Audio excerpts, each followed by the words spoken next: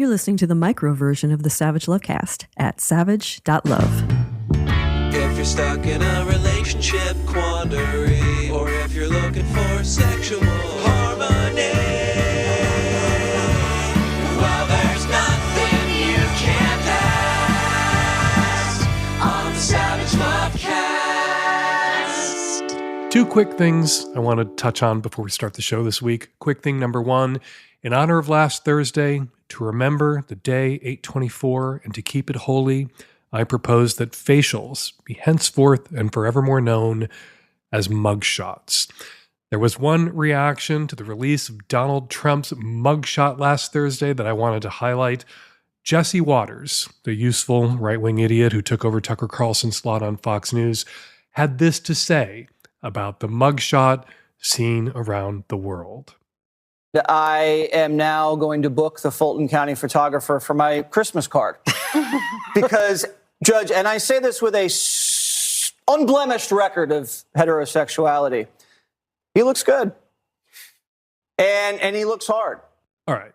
Setting aside he looks good, he looks hard, what does a conservative straight man mean when he says that his record of heterosexuality is without blemish?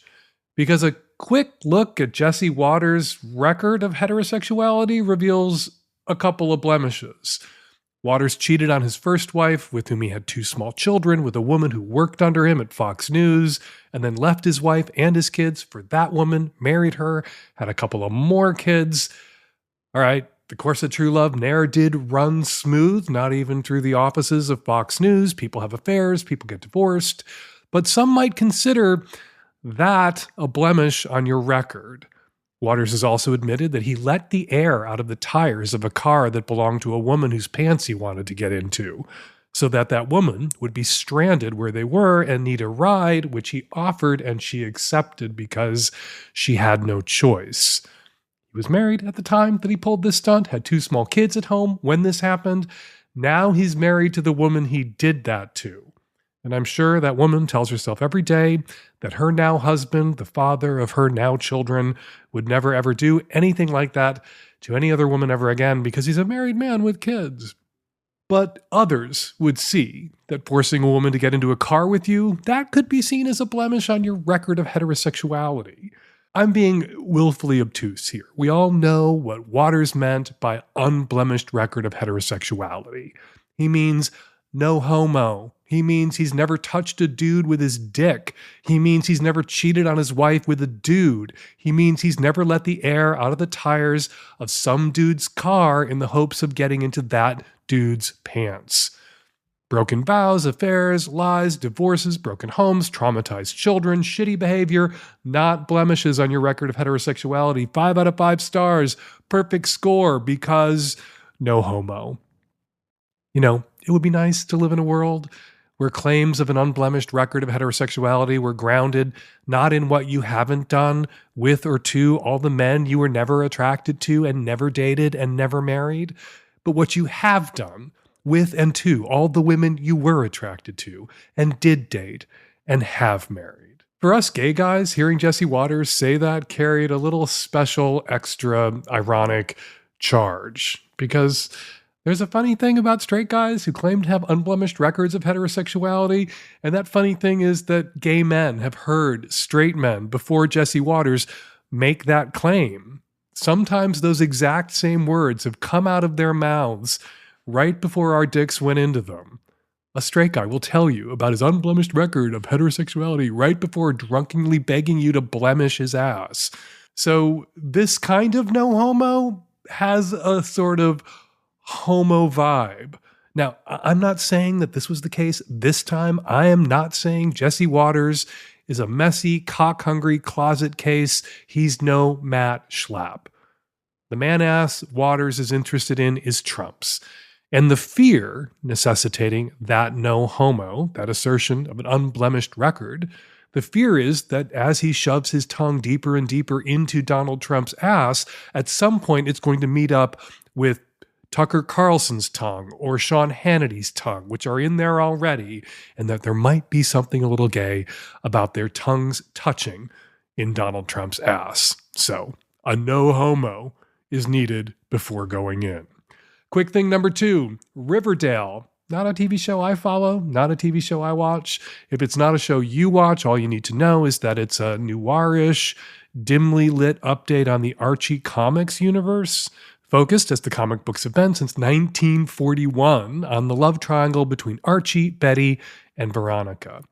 The actor KJ Apa, who plays Archie, looked so much like my middle school crush, a kid named Alfie, that I'm not sure it's even legal for me to look at KJ Apa, but I've had to look at him a lot. I don't watch the show, but shirtless pictures of Appa are constantly hitting gay news websites because shirtless straight actors with abs are gay news. And so I've seen his photo once in a while. And every time I see his photo, I think, oh, is Riverdale still on? And it's not. Not anymore. Series finale aired last week. And shocker, the love triangle between Archie, Betty, and Veronica concluded in a very modern way. During a flash forward to Betty on her deathbed in her 80s, we are then flashed back to Riverdale High 37 years earlier, and we learn that Archie, Betty, and Veronica wound up in a poly-quad with Jughead. It started innocently enough with the 4 of us going on double dates, me and Archie, Jughead, and Veronica, and then it kind of naturally evolved from there. Some nights Archie would sneak into my bedroom, and Veronica would go home with Jughead. Other nights, Archie would spend the night at the Pembroke, and I'd go over to Jughead's. And sometimes, more often than you'd imagine, I would find my way to Veronica's. Archie, for the record, never went home with Jughead. This was a 4-way relationship without 4-ways. The New York Post reports that fans of Riverdale were outraged. Riverdale introduced murder into the relentlessly sunny, cheerful, low-stakes Archie comics universe way back in season 1. But polyamory at the end of season 7, fans not having it. Also outraged, advocates of polyamory.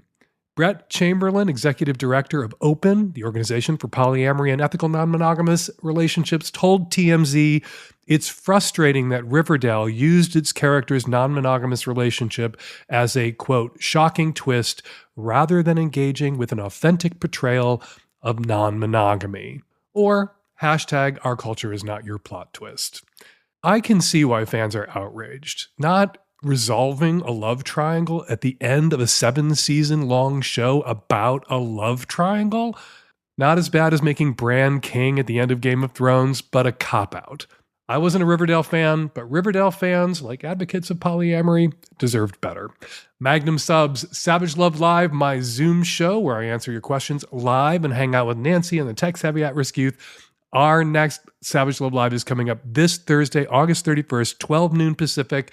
Grab a Magnum sub for just $8 right now at savage.love/subscribe if you'd like to join us and you're not already a Magnum sub.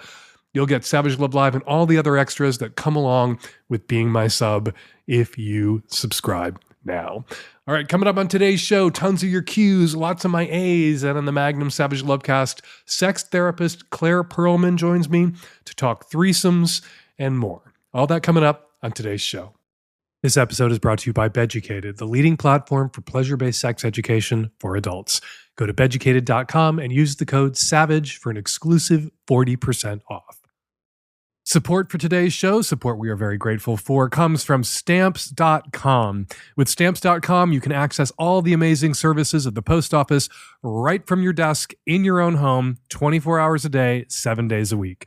Just click, print, mail, and you are done. It could not be easier. And right now, use Savage for this special offer. Includes up to $55 worth of free postage, a digital scale, and a 4-week trial. Do not wait. Go to Stamps.com, and before you do anything else, click on the microphone at the top of the homepage and type in Savage. That's Stamps.com. Enter SAVAGE. Hey, Dan, Nancy, and the tech-savvy at-risk youth. I'm a late 20s queer trans man calling from Canada. I started a new job a few months ago, and I have a coworker who I feel uncomfortable with. He's a new Canadian around my age from a very male-dominated society.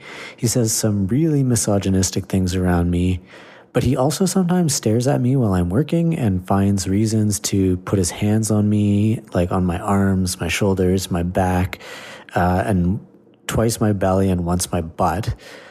And he'll make comments to me like, oh, you have a cute baby face, or you have a nice firm belly, or I like the way you trim your beard, followed up with, that's why you get all the girls. Even though I've tried to explain that I have a non-binary partner and I'm decently queer presenting, I was never really trying to keep that a secret. However, I'm not out as trans to any of the people that I work with because I'm not comfortable and I'm far enough into my transition that no one would guess. So my theory about this coworker is that he's into me and he's closeted. I think that the fact that there is a strong cultural expectation of marrying a woman makes him resent women more. And that's why he makes these kind of comments about why the only reason he wants a wife is so that she can obey him. So I'm pretty uncomfortable. Unfortunately, my supervisor is a misogynist as well. He straight up told me that he prefers to hire men, so I can't go to him. Any advice on how to handle this situation would be greatly appreciated. You in danger, girl. And this is me affirming your gender identity, because you in danger, girl, that is something I say to my queer male friends, and my queer male friends say to me. I am recognizing you as a fellow guy when I say you in danger, girl, quoting Whoopi Goldberg from Ghost. This sounds like a potentially explosive situation. I understand why you choose to be stealth in a situation like this. And I understand that a lot of people take jobs that they have no choice but to take, and then sometimes have to be closeted about certain aspects of who they are sexually, who they are when it comes to gender identity, what their history with gender might be, who they are politically. There are people who voted for Joe Biden, who are going to vote for him again, who work in very red places, who wouldn't want their coworkers to know that they voted Democratic. But it's a dangerous, volatile situation that you find yourself in, to be on the receiving end of the kind of attentions you're getting from this guy, this misogynistic guy from a culture that, where women are sequestered. There's a lot of situational homosexuality in those cultures. I don't think just because he's paying this kind of unwanted, unwelcome, creepy ass attention to you means that he's necessarily gay, but it could mean that he is capable of enjoying sex between men. I went to Egypt once 30 years ago with my then boyfriend. We spent a month traveling in Egypt. We got hit on so much by people who we did not think were gay.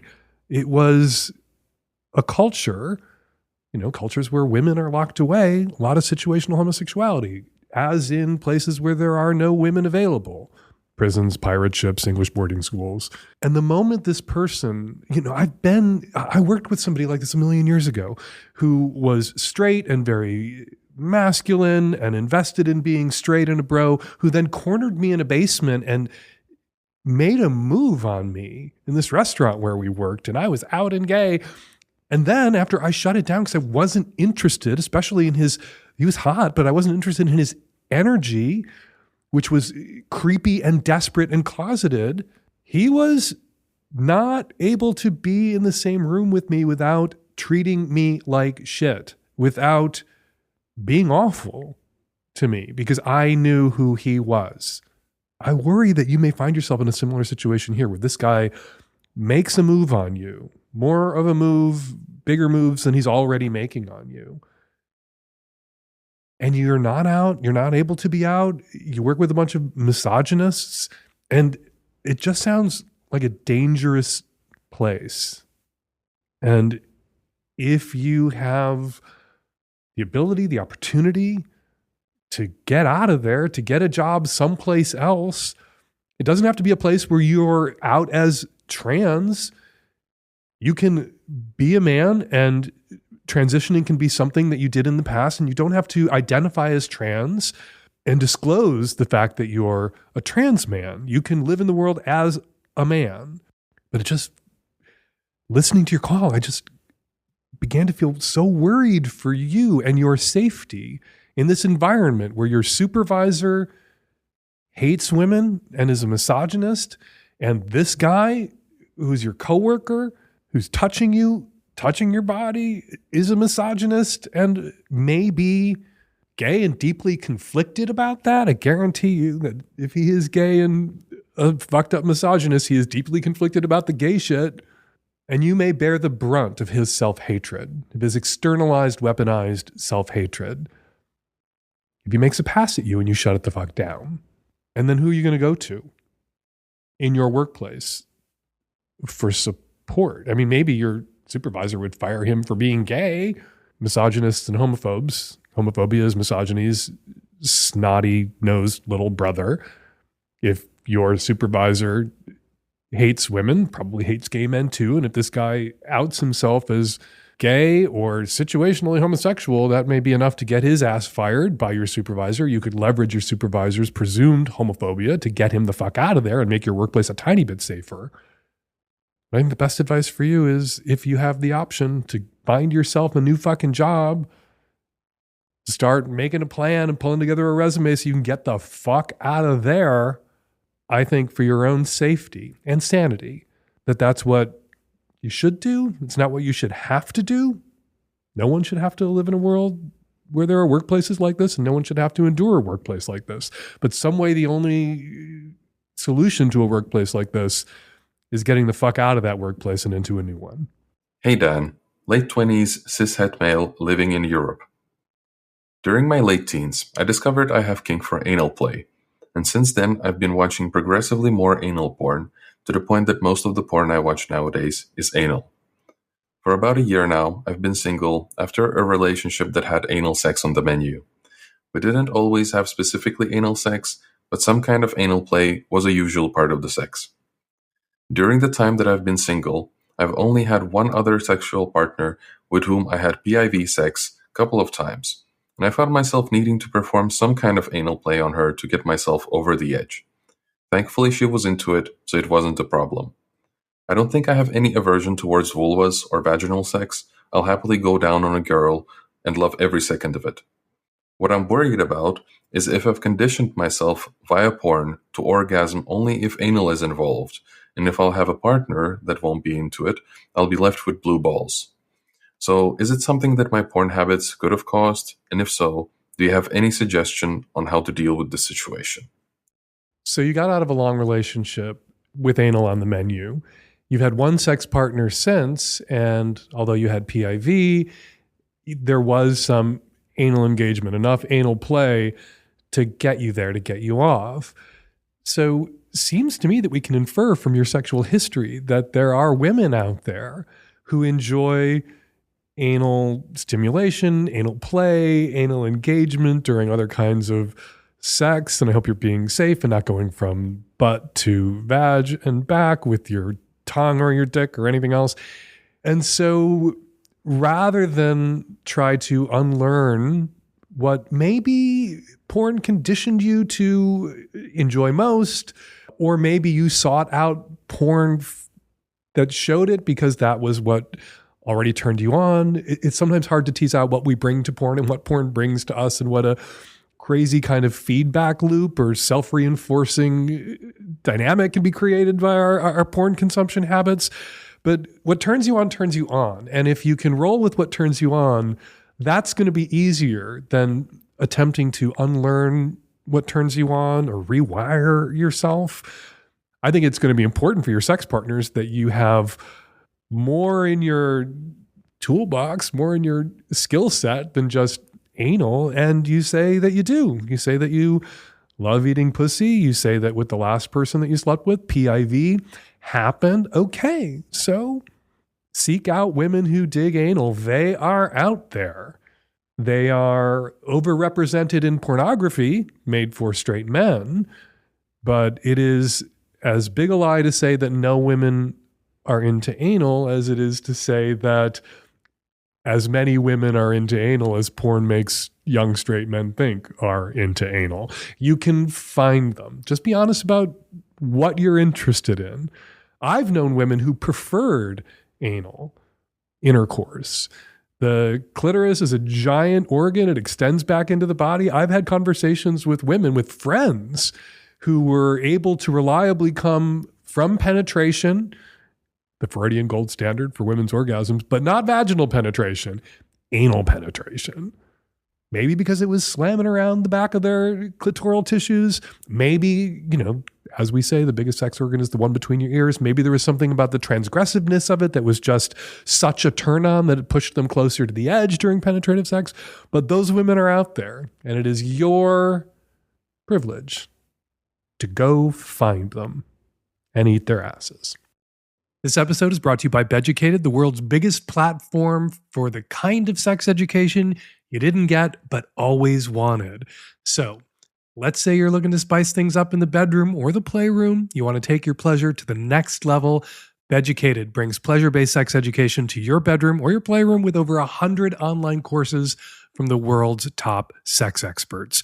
Whether you're single or in a relationship, Beducated is a safe space for everyone, regardless of sexual orientation or gender.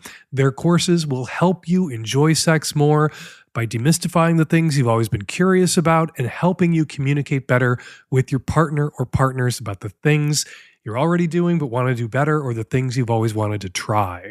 Beducated offers a variety of courses. It's one of their standout features, courses covering everything from online dating to adventurous play, from tantra to kink, or just getting started kissing. You can choose to learn on your own or with your partner, and their content, Beducated's content, is inclusive, embracing all races, sexual orientations, and genders. In addition to those deep dive courses, there are also quickies, short and informative video clips. The quickies on threesomes manage to cover everything from jealousy to STI safety to finding potential threesome partners in just a few really great informative minutes. So if you're inexperienced and curious about something new like threesomes or DS that you want to explore with a trusted partner or a new partner, those conversations can sometimes be hard to get started. Sometimes people are self-conscious. Watching quickies together could really help you get that conversation going. And right now, Beducated has an exclusive offer for my listeners. Get 40% off their yearly pass by using my special coupon code SAVAGE. That's right, 40% off. And that 40% is locked in for life. Plus, you can try all Beducated courses for 1 day free with no risk thanks to their 14-day money-back guarantee. Say yes to pleasure. Say yes to knowledge. Say yes to becoming Beducated. Visit beducated.com today and let your journey to better sex begin now. That's Beducated, BEDUCATED.com. Use the coupon code SAVAGE for your exclusive 40% off the yearly pass. Hi, Dan. I need advice.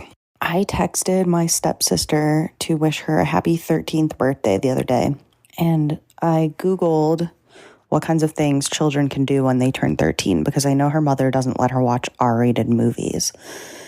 And I saw on the list that you can make a YouTube account when you turn 13. And so I kind of jokingly suggested, hey, you can be a YouTuber now. And she goes, oh, well, I already have an account. And I asked if I was allowed to look at it, and she sent me a link. And it turns out she posts videos of herself playing this first-person shooter game.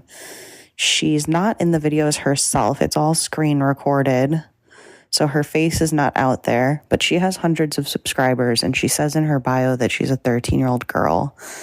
I guess I'm just worried about not so much the effects of a first-person shooter game on her, but more that she seems to be pretty popular. I don't know if people are messaging her.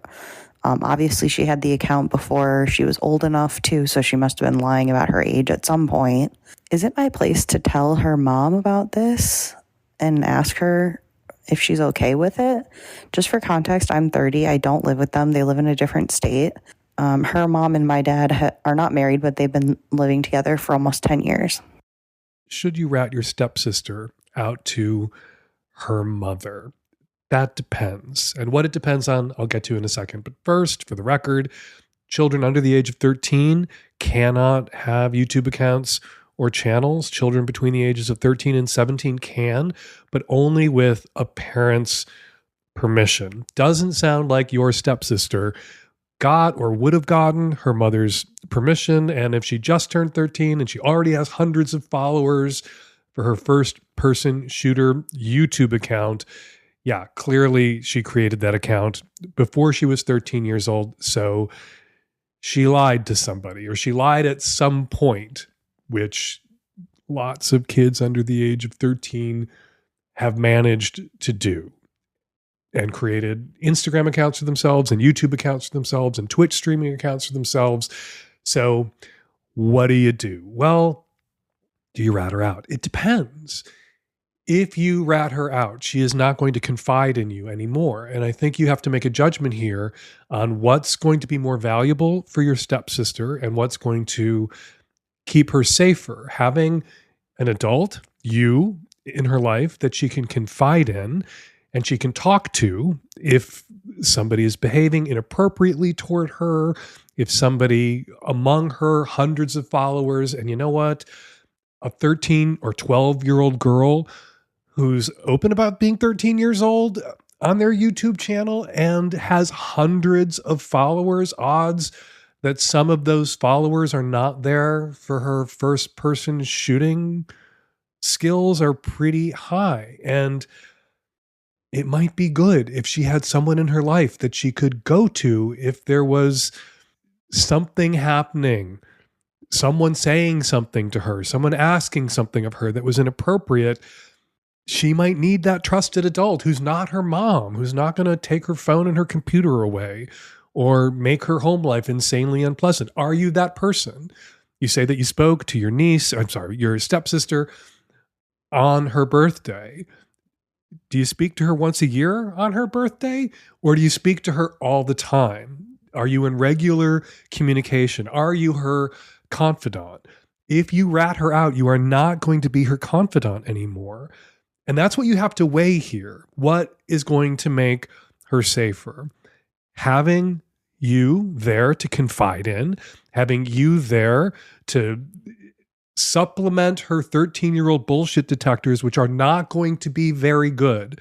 Having you there, if somebody asks her to do something or wants to send her something or is creeping on her in her comment threads in a way that makes her uncomfortable, having you there to turn to, is that going to keep her safer than you going to her mother, which is a perfectly legitimate, reasonable choice, and telling her mother what she's been doing, and then her mother shutting down the account she's got now, her concluding that she can't confide in you and therefore will not confide in you anymore, and then most likely kids being kids and kids being better at computers and the internet than their parents, your stepsister creating another account that she doesn't tell anybody about, that she doesn't confide in you about. It's a judgment call.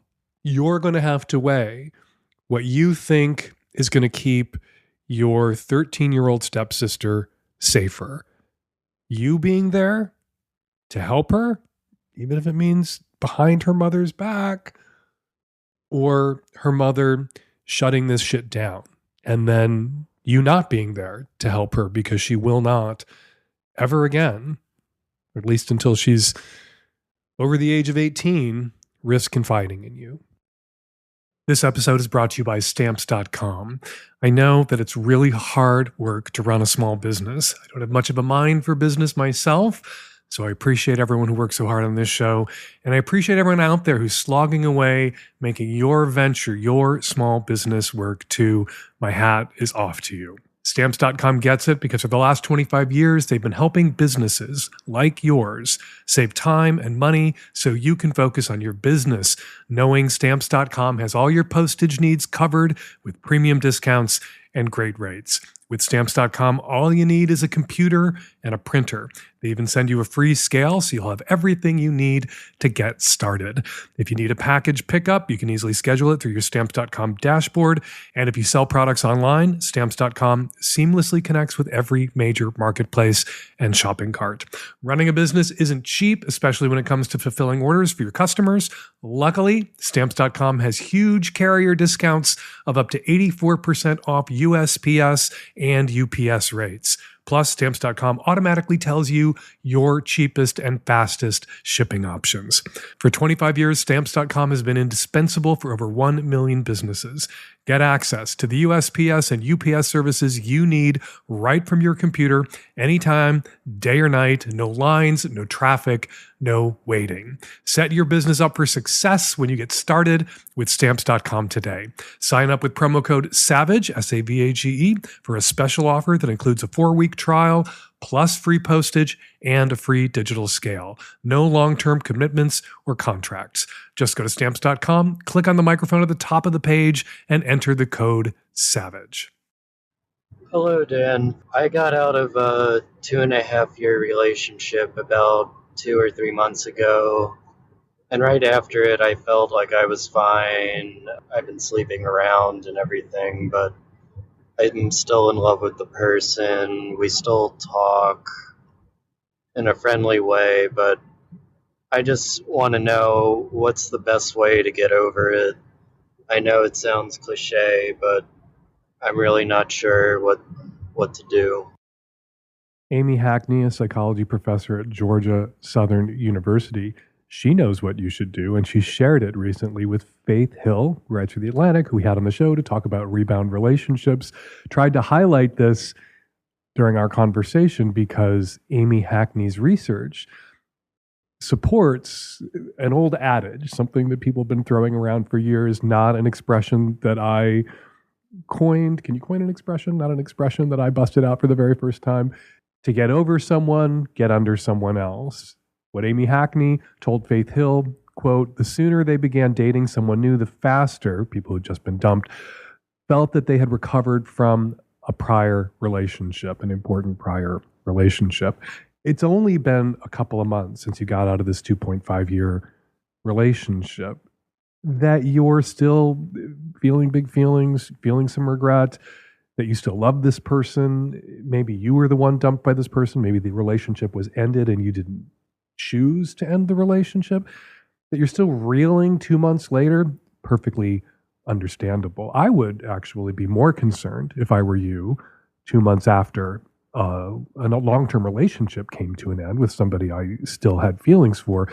I would be more concerned if I wasn't still reeling, if I wasn't still feeling sad and conflicted. It's a good sign about your emotional health that you're not completely over this person, indifferent to what you gave up or what you lost or what was taken from you. That would be kind of a sociopath's move, or evidence, I think, of a sociopathic personality, not to diagnose people who are trying to get away from that, right?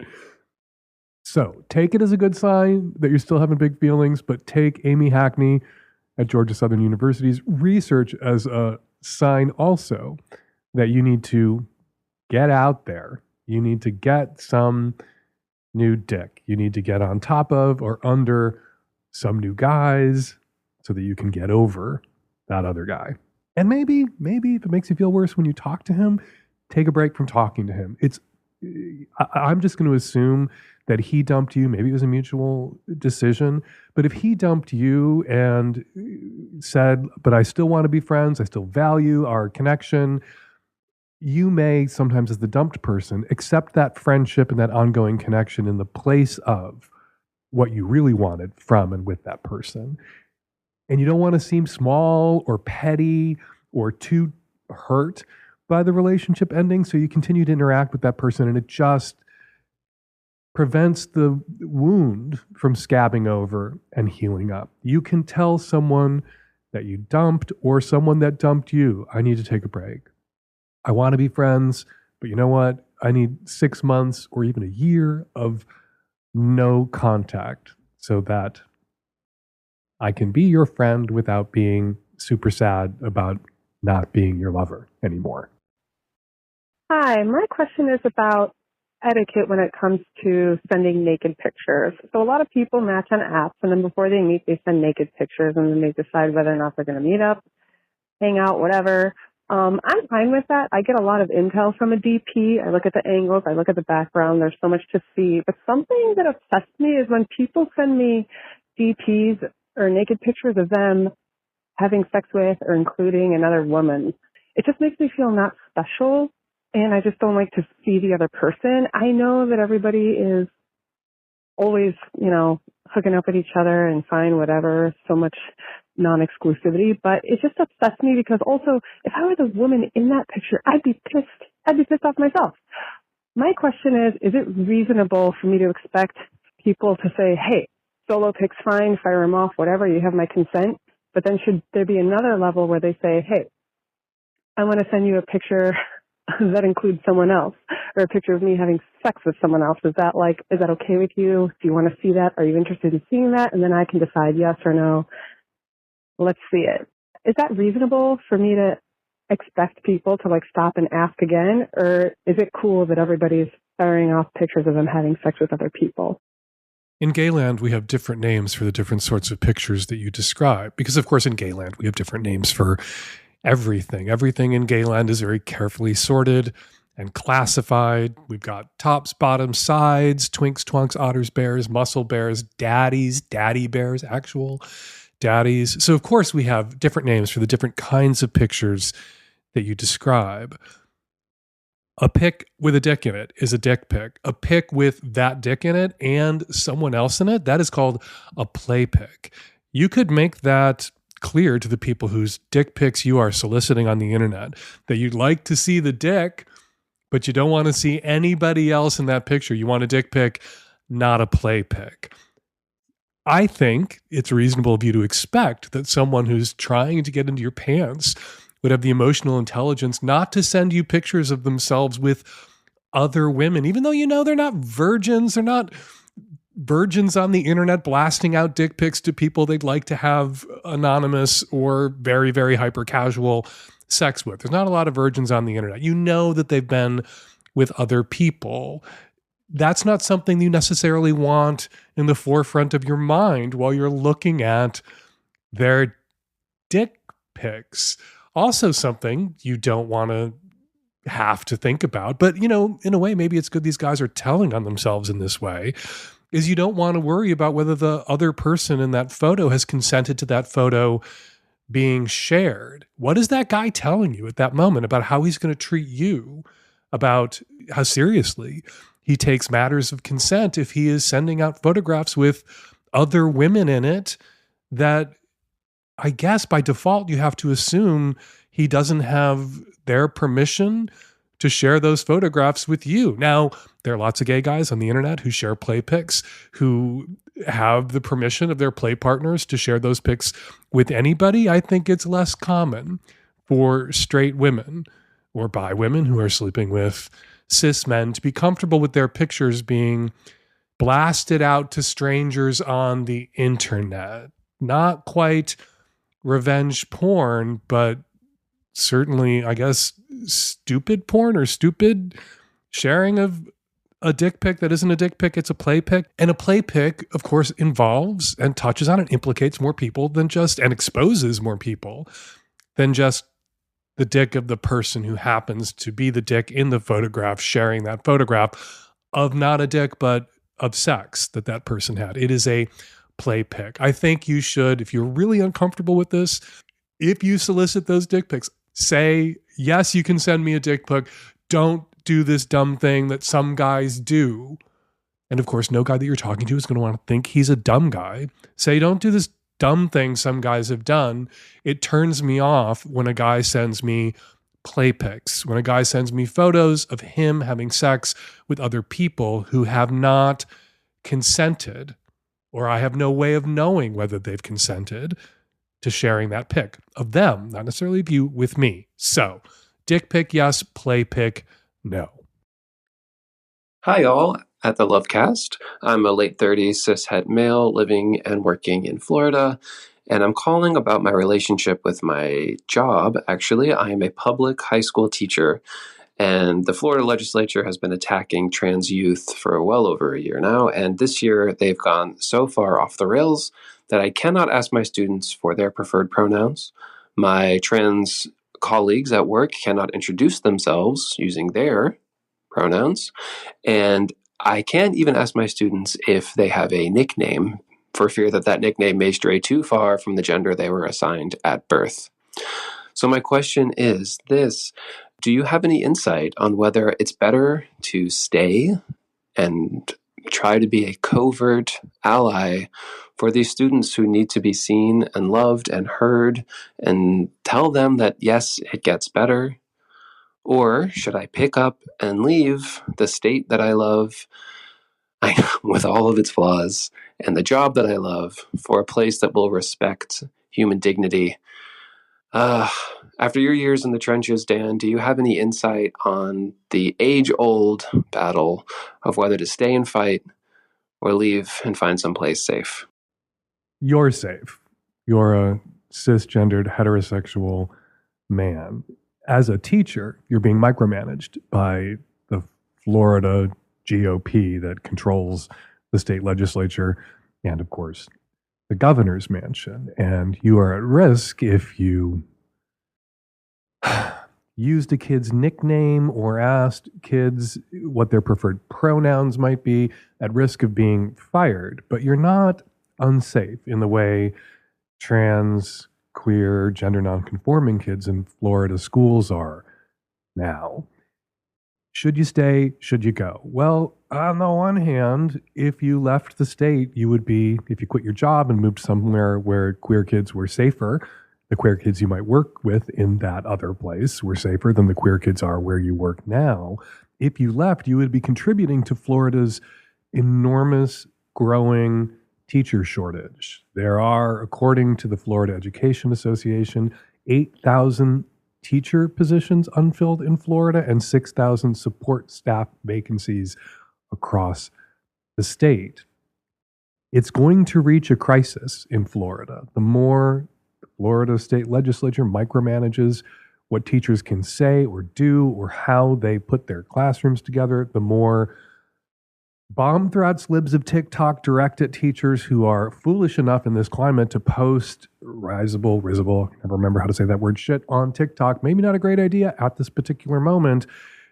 The more teachers are going to leave. And maybe that will bring the Florida state legislature to its senses and they will roll some of this back and stop micromanaging classrooms and terrorizing queer students. Or maybe this is their goal.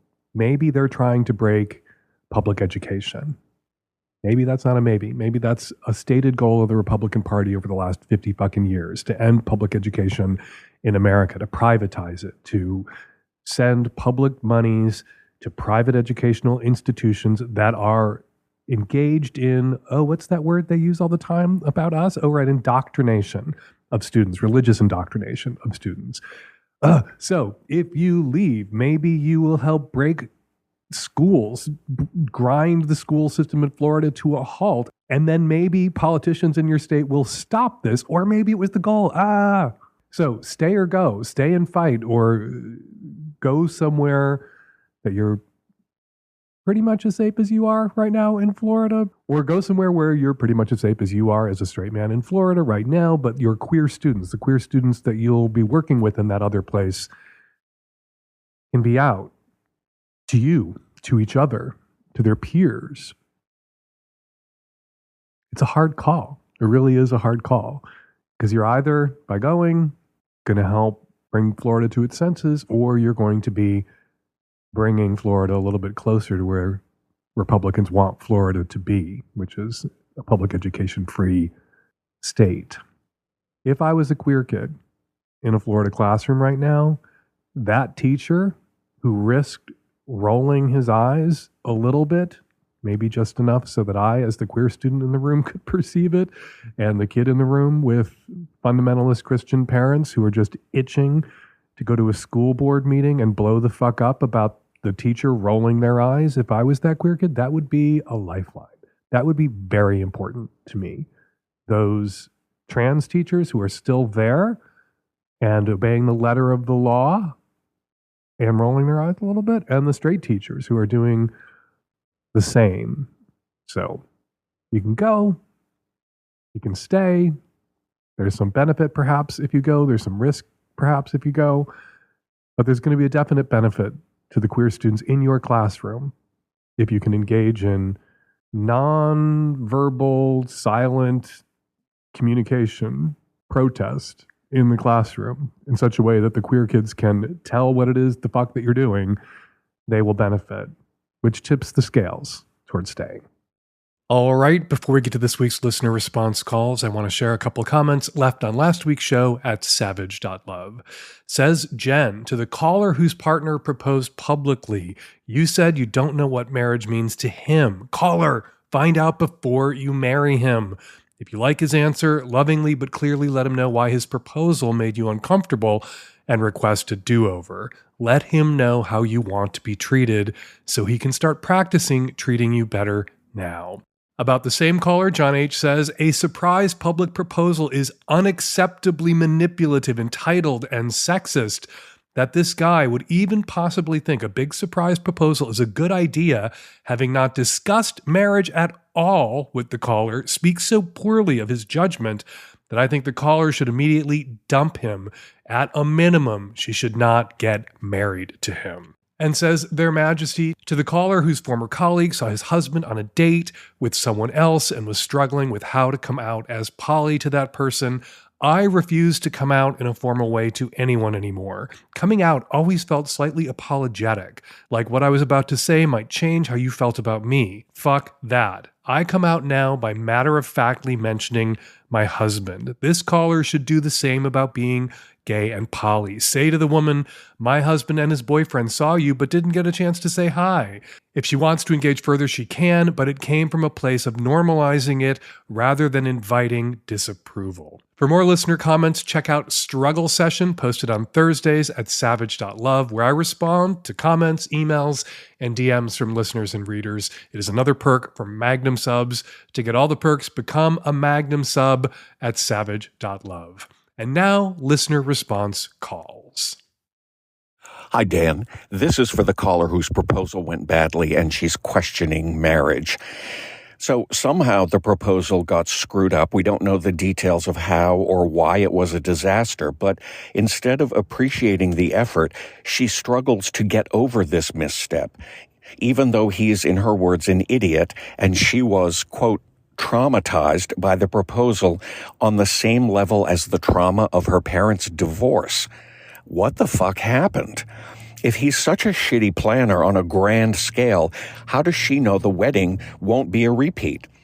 It sounds like she might grudgingly go along, which is like dragging someone to a movie you know they don't want to see.